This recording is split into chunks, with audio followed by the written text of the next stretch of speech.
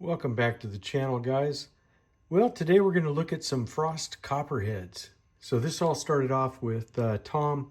He had purchased a dealer's package of 12 of these frost cutlery copperheads because he wanted to test all 12 of them against each other. And then he sent them out to various channels. This was number 10 out of the 12. So we'll see if number 10 is an Olympic 10 or if it's number 10 like out of a top 10 list, like number 10 is the worst, number 1 is the best. It all depends on how you're scoring that. Anyways, this is the knife. I haven't done anything with it except take it out of the box and look at it. It's a blue jig bone. You see there it's got that frost cutlery shield. And I believe this one was made in Pakistan. So it's got frost cutlery there and German stainless Rostfrei.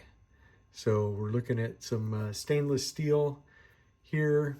So I don't know if the blades are made in Germany and then they source them out to Pakistan for assembly, but I believe these were Pakistan construction. So it has a pen blade, as you can see here, and the pen blade is in the rear of the, so you have your show side, the clip is there, and then on the pile side you have the pen.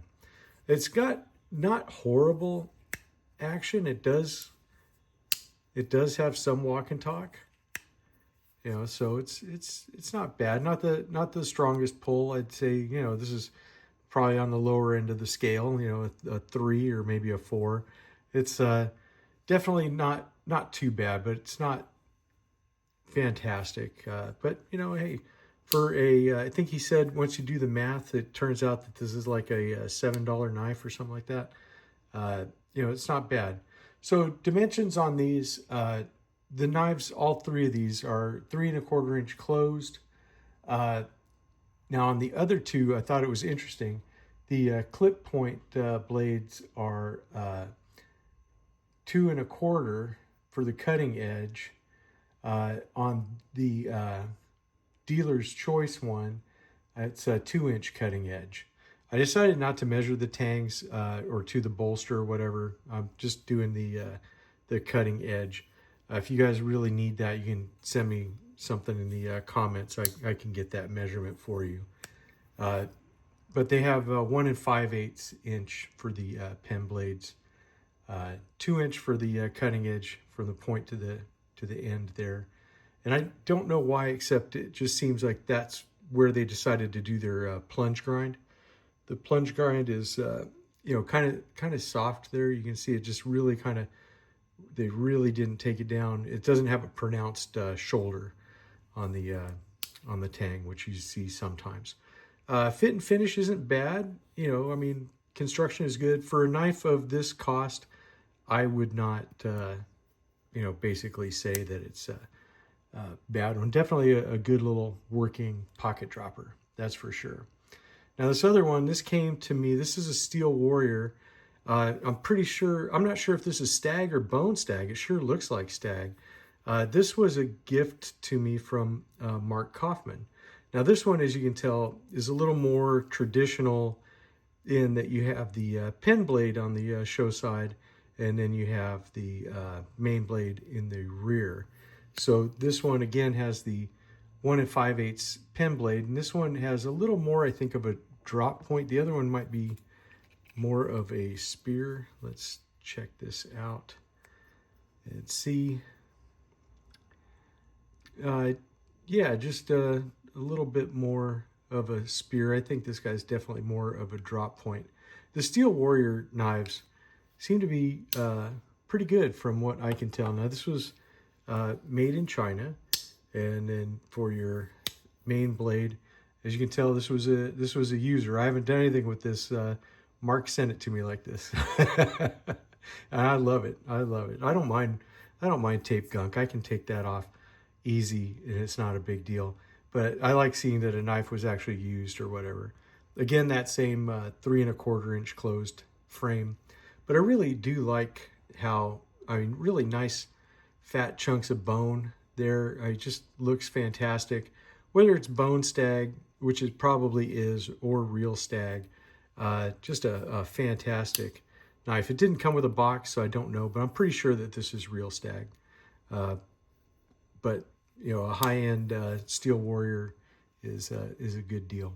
So yeah, it's fun knives all the way around. Let me open this guy back up so we have something to look at. Now this third one, I don't even know if this is an actual frost knife. I bought this from Temu, and I didn't know that it was frost. I saw the orange bone and I thought, wow, that looks a lot like the crawdad color that Finch had on their knives a while back, and I thought that looks really cool.